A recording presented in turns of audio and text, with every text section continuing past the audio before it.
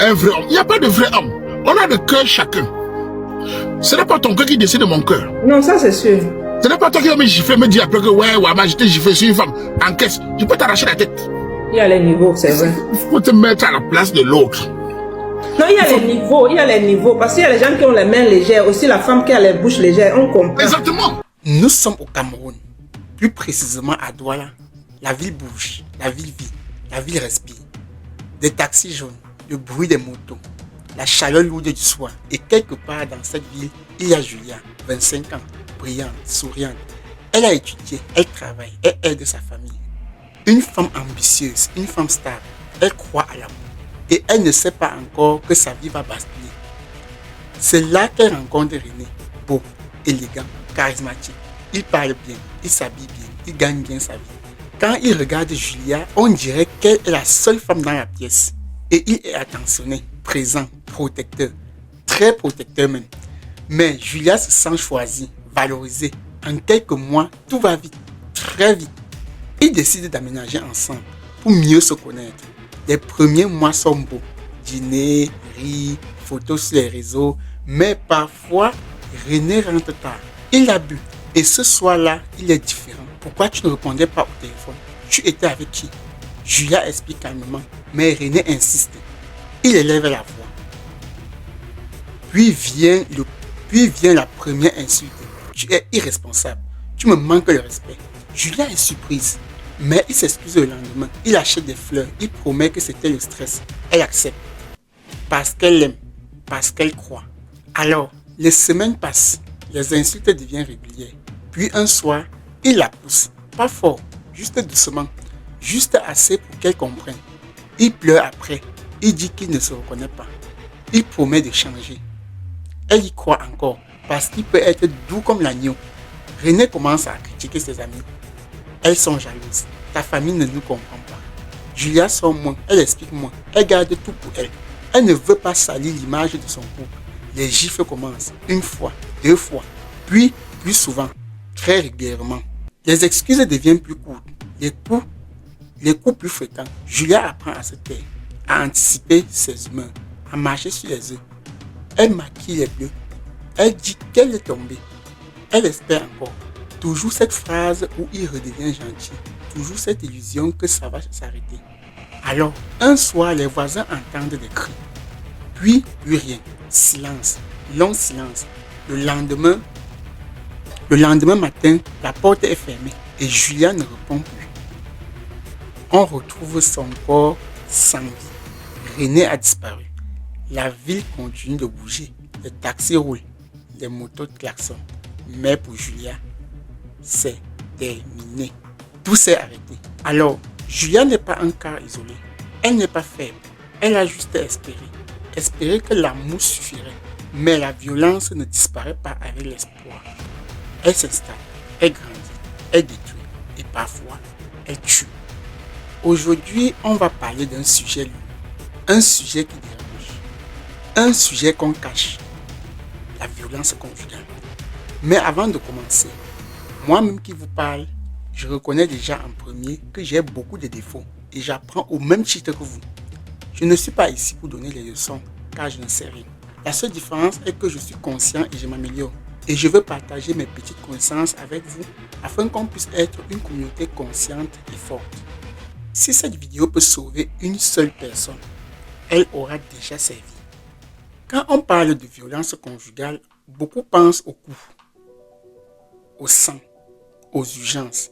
Mais la vérité, avant la première gifle, il y a souvent des années de violence invisible. Les insultes, les humiliations, le contrôle, les menaces, le silence glacial. Et souvent en public, c'est un homme respectable. Aujourd'hui, on va voir ce qu'est réellement la violence conjugale. Les différentes formes de violence conjugale, les causes, la responsabilité. Comment repérer les signes avant même de commencer une relation. Et comment s'en sortir si on est déjà plongé là-dedans. On ne fait pas cette vidéo pour accuser. On la fait pour éclairer. Alors, c'est quoi vraiment la violence conjugale? La violence conjugale, ce n'est pas se disputer. Tous les couples se disputent. La violence commence quand un partenaire installe un climat de peur, quand l'un domine, et que l'autre commence à se taire. Ce n'est plus un conflit, c'est une prise de pouvoir. Les rapports internationaux, notamment ceux de l'Organisation mondiale de la santé, estiment qu'environ une femme sur 3 dans le monde a subi des violences physiques ou est au cours de sa vie. 1 sur 3, ce n'est pas marginal, c'est massif. C'est là que beaucoup se trompent. Quand on parle de violence conjugale, beaucoup imaginent immédiatement le coup, la gifle, le sang, l'hôpital. Mais la vérité, la violence ne commence presque jamais par un coup. Elle commence par une atmosphère, un malaise, une tension, une parole qui dépasse. Et si on ne la reconnaît pas tôt, elle évolue. Alors regardons en face les différentes formes qu'elle peut prendre. Alors, voici les différentes formes de violence que beaucoup ignorent. Parfois, ils le font sans même le savoir. Le premier, c'est la violence physique. Les gifles, les coups de poing, les coups de pied, bousculade, saisir le bras trop fort, bloquer la sortie d'une pièce. Parfois, ça commence petit. Une tape, une poussée, un bras serré. Et souvent, après la première fois, je ne voulais pas, tu m'as provoqué, je ne commencerai plus. Mais il faut comprendre une chose, le premier coup n'est jamais isolé. Il est précédé d'un climat. Et quand la barrière psychologique est franchie, le seuil devient plus bas la fois suivante. La violence physique n'est pas seulement blesser le corps, c'est installer la peur dans le corps. Une personne qui a peur ne marche plus normalement, ne parle plus normalement, ne vit plus normalement. Mais le corps n'est pas le seul à être touché. Avant même que le corps soit atteint, l'esprit est souvent déjà abîmé. En deux, nous avons la violence verbale. Tu es inutile, tu es folle, tu es incapable. Personne ne voudra de toi. À première vue, ce ne sont que des mots. Mais les mots façonnent l'identité. Quand on répète à quelqu'un qui ne vaut rien, il finit par intégrer. La violence verbale peut prendre plusieurs formes. Critique constante, sarcasme humiliant, moquerie devant les autres, cris permanents, menaces indirectes. Et souvent, la victime commence à adapter son comportement pour éviter les reproches. Elle parle moins, elle rit moins, elle s'efface. La violence verbale détruit l'estime de soi. Et une personne qui doute de sa valeur a plus de mal à partir. Mais il y a une forme encore plus invisible, plus vicieuse. Certaines violences ne laissent aucune trace visible, mais elles sont parmi les plus destructrices. La violence psychologique. Contrôle du téléphone, surveillance des réseaux sociaux, questions incessantes. Où es-tu? Avec qui? Pourquoi? Isolement progressif des amis. Si tu me détruis, je détruis ta réputation, je prends les enfants. Et le phénomène le plus toxique, tu inventes, tu exagères, tu es parano. Ça ne s'est jamais passé comme ça. À force, la victime commence à douter de sa propre mémoire. Elle ne sait plus ce qui est réel. La violence psychologique détruit la perception et quand tu ne fais plus confiance en ton propre jugement, tu deviens dépendant du jugement de l'autre. C'est une forme de contrôle mental. Le contrôle mental peut aussi passer par l'argent. Dans beaucoup de cas, la dépendance financière devient une arme. Alors, voici la 4e forme de violence, la violence économique. Confisquer l'argent, donner de l'argent au compte-gouttes, exiger des justificatifs pour chaque dépense, empêcher la personne de travailler, décourager toute autonomie financière. Pourquoi tu veux travailler? Je m'occupe de tout. Au début, ça peut sembler confortable, mais progressivement, la personne n'a plus de ressources progressives, plus de liberté financière, plus de capacité à partir et parfois l'argent devient la punition. Tu as répondu, tu n'auras rien ce mois. Quand tu n'as pas l'indépendance économique, tu es piégé. La violence économique s'enchaîne visible. En diaspora, une autre forme apparaît dans le contexte migratoire. La dépendance peut être encore plus grave. La 5e forme, la violence administrative. Confisquer les papiers, garder les documents d'identité, menacer de dénoncer à l'immigration. Si tu parles, je te fais expulser. Sans moi, tu n'existes pas ici. La peur du système devient une arme. La personne se retrouve piégée. Elle a peur du partenaire et elle a peur du pays. Cette double pression crée un silence extrême. Si vous retenez une seule chose de cette partie, retenez ceci. La violence ne commence presque jamais par un coup. Elle commence par une parole, un contrôle, une humiliation, un isolement. Et quand on normalise les petites violences, on prépare des grandes. Si vous connaissez d'autres formes, écrivez-les en commentaire parce que plus on met la lumière sur ces réalités, moins elles prospèrent dans l'ombre. Pourquoi quelqu'un qui dit aimer peut-il devenir violent? Pourquoi les personnes intelligentes, éduquées, parfois respectées en public, deviennent destructrices en privé? Comprendre ce pourquoi est essentiel. Pas pour excuser, mais pour prévenir.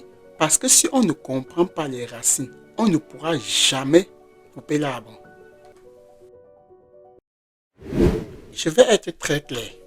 Comprendre n'est pas excuser. Expliquer n'est pas justifier. Il n'y a jamais de bonne raison de frapper, humilier ou détruire quelqu'un. Mais il y a des facteurs qui augmentent le risque. Et les connaître, c'est se protéger. Alors, en première, je vais citer comme cause les croyances culturelles et les modèles sociaux. Certaines phrases paraissent normales. Un homme corrige sa femme. Une femme doit supporter. Ce qui se passe à la maison reste à la maison. L'homme est le chef. Ces phrases sont puissantes parce qu'elles créent un cadre mental. Quand une société enseigne qu'un homme doit dominer, il peut croire que perdre le contrôle de sa femme, c'est perdre sa valeur.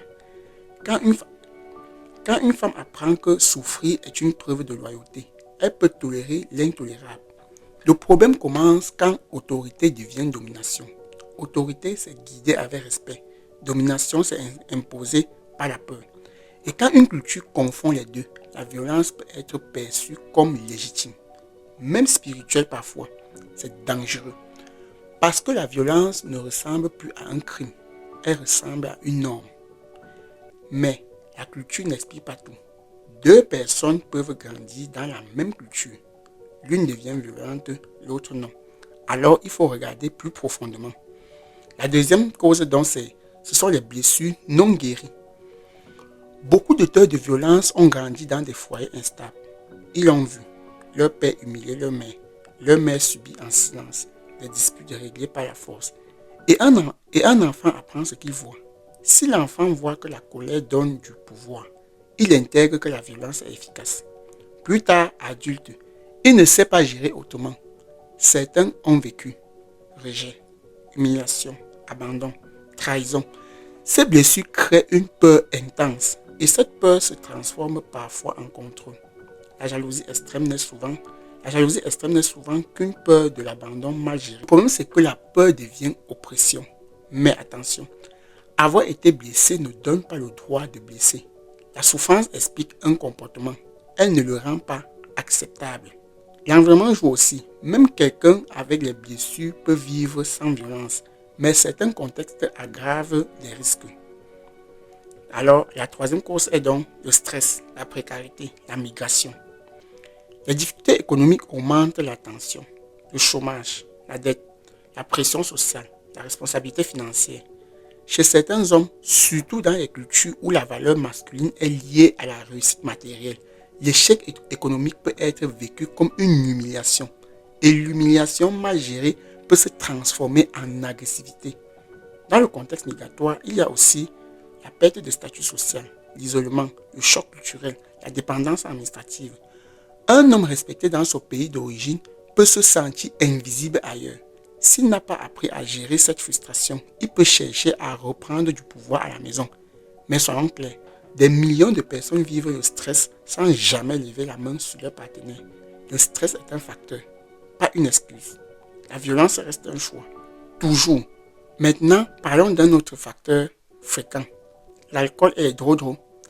L'alcool désinhibe. Il diminue le contrôle, il amplifie les émotions. Une colère qui aurait pu être contenue devient explosive. Beaucoup d'histoires de violence conjugale incluent l'alcool. Mais attention, l'alcool ne crée pas la violence, il enlève les freins. Si la violence apparaît uniquement sous alcool, cela reste un problème grave. Parce que cela signifie que la personne n'a pas appris à gérer ses émotions. Et si elle refuse de traiter son addiction, le risque persiste. Encore une fois, facteur aggravant, pas justification. Au-delà de la culture, des blessures, du stress, il y a un déficit fondamental, le manque d'éducation émotionnelle. On apprend à résoudre les équations, on apprend à mémoriser des dates, mais qui nous apprend à gérer la colère? Qui nous apprend à dire je suis blessé au lieu de crier? Qui nous apprend à poser des limites sans menacer? Beaucoup d'adultes ont le corps d'un adulte, mais des outils émotionnels d'un adolescent. Alors, quand la frustration monte, ça explose. Au lieu de communiquer, prendre du recul, demander une pause, ils attaquent parce qu'ils ne connaissent pas d'autres stratégies.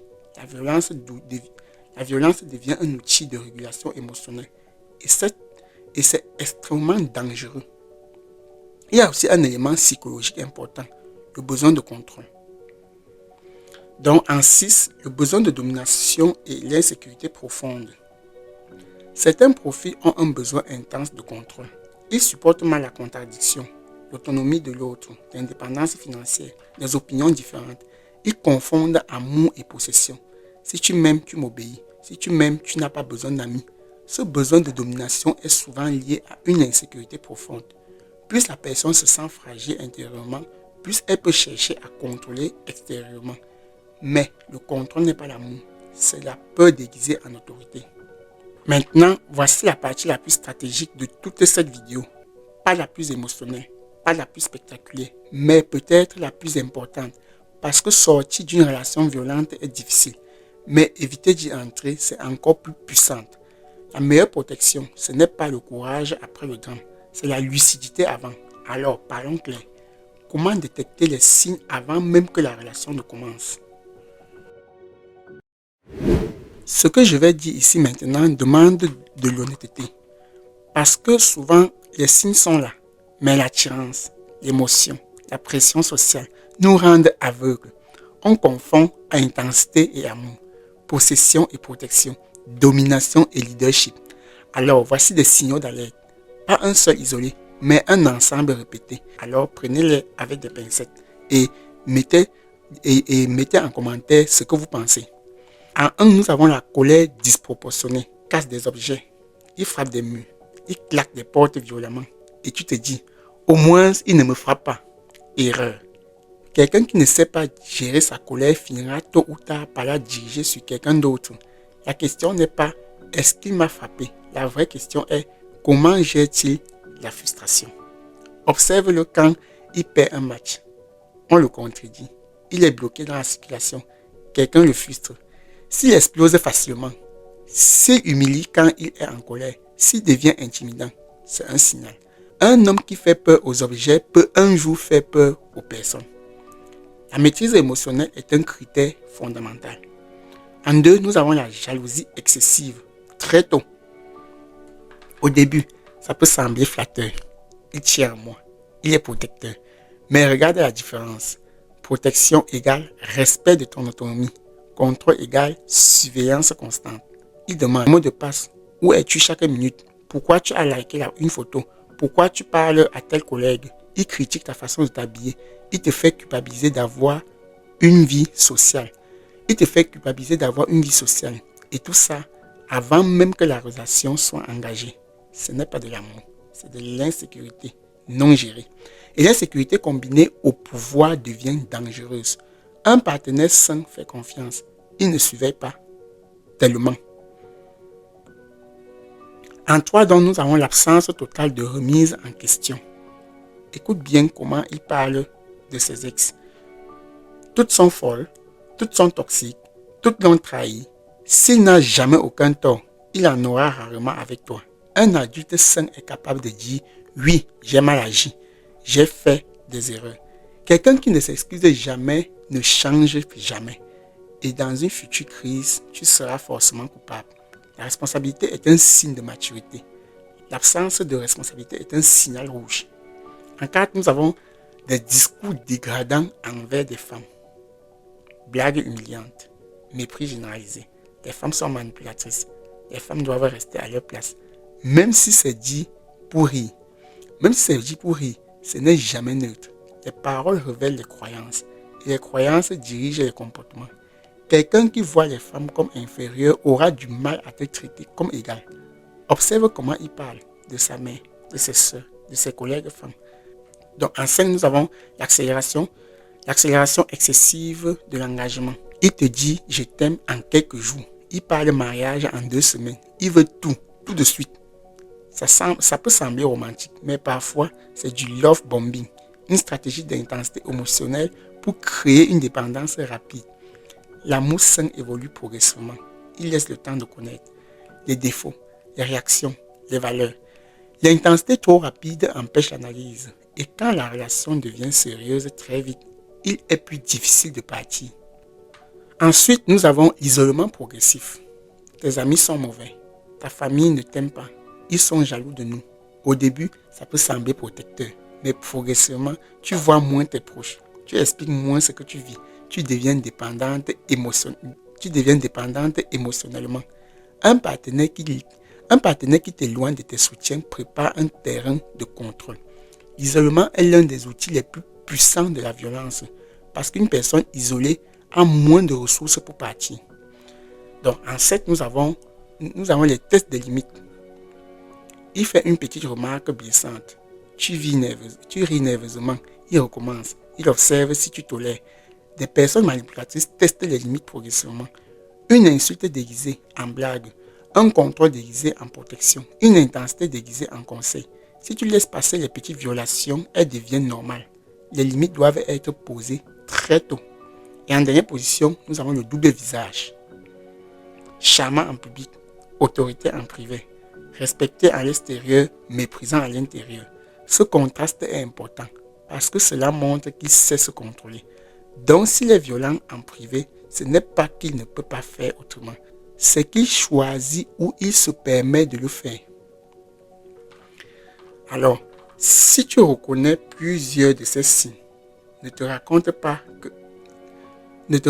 que le mariage va le changer, l'amour va le calmer, les enfants vont l'adoucir. Le mariage n'est pas un centre de rééducation. Un caractère violent ne disparaît pas avec une blague. Il s'amplifie souvent avec le pouvoir. La prévention commence par l'observation, pas par l'espoir. Maintenant, il faut aborder une question délicate, une question qui divise, une question qui met mal à l'aise. Est-ce toujours les hommes qui sont responsables de la violence conjugale? Parce que si on veut être crédible, il faut être honnête. Moi, je ne suis pas le genre qui dit que violent conjugal, on m'a tort. Non, souvent c'est faux. Souvent, c'est la bouche qui amène la violence. Il y a des hommes qui encaissent tellement tous les jours. Un jour, ils pètent les plombs. Ça, c'est sûr. Mais vous voyez seulement passer la péter les plombs en disant vraiment, il fallait aussi l'écouter pour désamorcer. C'est ça le problème dans les couples camerounais. Les gens voient toujours l'homme a pété les plombs. Mais qui l'écoutait avant? Qui a compris ce qu'il avait en cœur? Qui a tendu l'oreille pour dire les menaces qu'il a dit, méfie-toi, ne continue pas. Non, tu insultes et demain ça perd, on dit, oh non. Mesdames, maîtrisez la bouche, les hommes maîtrisez la main. Ensemble, on va vivre en paix. Ça, c'est sûr. Ça, c'est vrai. Ça, c'est vrai. Statistiquement, les violences graves, les féminicides, les agressions physiques lourdes sont majoritairement commises par les hommes. C'est une réalité documentée.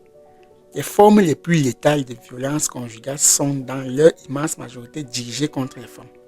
Il faut le dire clairement. Mais, il y a un mais. Dire cela ne signifie pas que les dynamiques toxiques sont toujours à sens unique. Dans certaines relations, des comportements destructeurs peuvent exister des deux côtés. L'humiliation, la manipulation émotionnelle, la provocation constante, la pression psychologique. Certaines femmes peuvent aussi dévaloriser, utiliser les enfants comme armes, mentir pour blesser, frapper dans certains cas. La différence majeure reste la dangerosité physique. Dans la plupart des situations mortelles, l'homme a un pouvoir physique supérieur qui transforme une dispute en drame. Mais la toxicité relationnelle peut être mutuelle. Et cela nous amène à une conclusion essentielle. Personne ne doit devenir violent. Personne ne doit devenir destructeur. La responsabilité individuelle existe. Cela ne signifie jamais que la victime est responsable. Mais cela signifie que chacun doit travailler sur soi, sur ses blessures, sur son ego, sur sa manière de gérer la frustration. Parce que la violence ne surgit pas par magie. Elle s'installe quand personne ne fait le travail intérieur. À présent, je veux parler à une personne en particulier. Pas à tout le monde, à toi. Oui, toi. Si tu te reconnais dans ce que je décris, si ton cœur bat un peu plus vite depuis le début de cette vidéo, si tu as déjà pensé, c'est exactement ce que je vis, alors cette partie est pour toi. On va parler calmement, sans te juger, sans te brusquer. Parce que sortir de la violence n'est pas une décision théorique, c'est une décision émotionnelle, pratique, parfois dangereuse. Et ça demande de la lucidité et du courage. Sortir de la violence, ce n'est pas juste partir, c'est un processus, un chemin. Et souvent, ça commence par l'intérieur. La première des choses, c'est sortir. Donc la première des choses, c'est sortir du déni. La première prison, c'est mental. Quand on vit longtemps dans un climat violent, le cerveau s'adapte. On rationalise, on se dit, il n'est pas toujours comme ça. Et même, c'est moi qui ai parlé trop fort. Je n'aurais pas dû répondre. Mais laisse-moi te poser une question simple. Est-ce que tu vis dans la peur? Est-ce que tu adaptes ton ton, tes vêtements, tes amitiés pour éviter une explosion? Est-ce que tu marches sur des œufs dans ta propre maison? Si oui, ce n'est pas normal. L'amour ne devrait jamais produire une peur constante. Sortir du déni, c'est accepter de dire ce que je vis n'est pas sain. Ce n'est pas trahir ton couple, c'est reconnaître la réalité. Et reconnaître la réalité, c'est le premier pas vers la liberté. Une fois que tu acceptes que ce que tu vis est violent, il faut briser une autre barrière, le silence. Parler. La violence prospère dans l'isolement. Et souvent, la violence prospère dans l'isolement. Et souvent, l'auteur de la violence isole volontairement. Il critique ta famille. Il discrédite tes amis. Il te fait croire que personne ne te comprendra. Mais parler change tout. Choisis une personne sûre. Pas quelqu'un qui va minimiser. Pas quelqu'un qui va te culpabiliser. Pas quelqu'un qui va dire il faut supporter. Non, tu es trop fragile, tu es trop faible. Quelqu'un d'équilibré. Quelqu'un qui sait écouter. Un ami mature. Un membre de la famille lucide. Un professionnel. Un centre d'aide. Une femme doit supporter. Une femme doit être loyale. Parler permet de mettre les mots, de reprendre confiance, de vérifier que tu ne deviens pas folle ou fou, de commencer à envisager des options. Dis à haute voix, je vis de la violence. C'est un acte puissant et parfois c'est le début du changement. Mais parler ne suffit pas toujours. Parler aide, mais dans certains cas, il faut aussi agir. Et agir demande prudence. Se protéger. La priorité absolue, c'est la sécurité. Pas l'image du couple, pas le regard des gens, pas la réputation. La sécurité. Si la violence est physique ou menace de l'être, appelle les services d'urgence si nécessaire. Cherche un lieu sûr. Contacte une association spécialisée. Ta vie vaut plus que la réputation d'un foyer. Et parfois, partir doit être stratégique. Cela peut vouloir dire mettre un peu d'argent de côté discrètement, faire des copies de documents importants, identifier une personne chez qui te réfugier, préparer un sac d'urgence. Ce n'est pas de la paranoïa, c'est de la protection.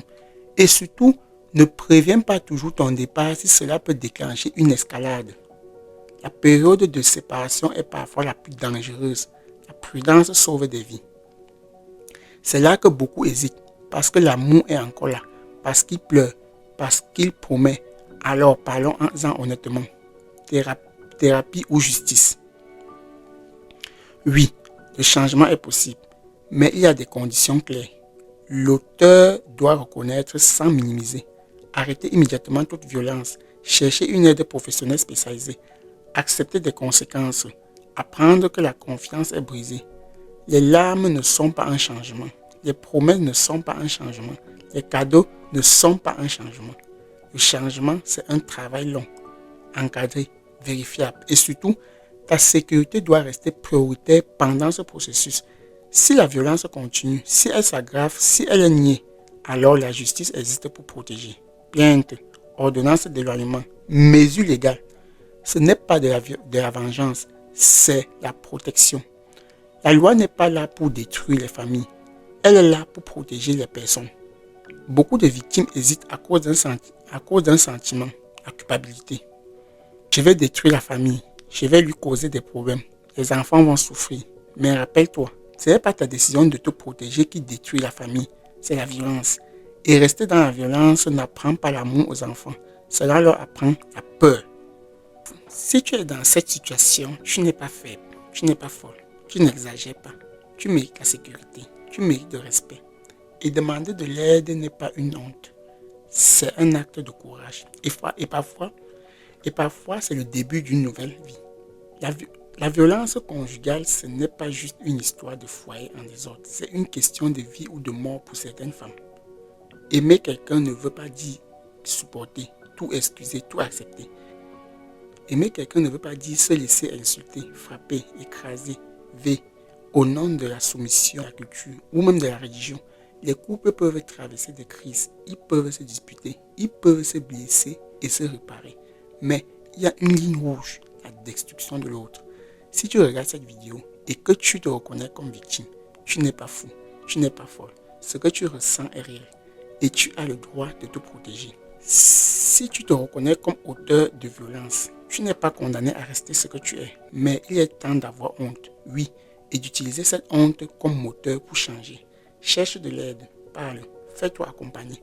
Et pour tous les autres, ne banalisons pas, ne rigolons pas avec ça. N'encourageons pas la culture du « un homme doit corriger sa femme » ou « une femme doit supporter ». La maison devrait être un lieu de paix, pas un ring de boxe.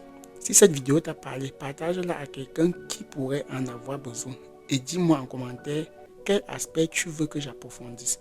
Violence en diaspora, impact sur les enfants, comment construire sa vie après une relation violente. On ne fait pas ces vidéos pour juger, mais pour éclairer. Et si possible, pour sauver quelques vies. Une vidéo comme ça me prend assez de temps. Alors laisse un like pour m'encourager et booster afin que d'autres personnes puissent être au courant de ceci. Car plus les gens prendront conscience, moins on verra tout ce qu'on a dehors là. Alors, abonnez-vous.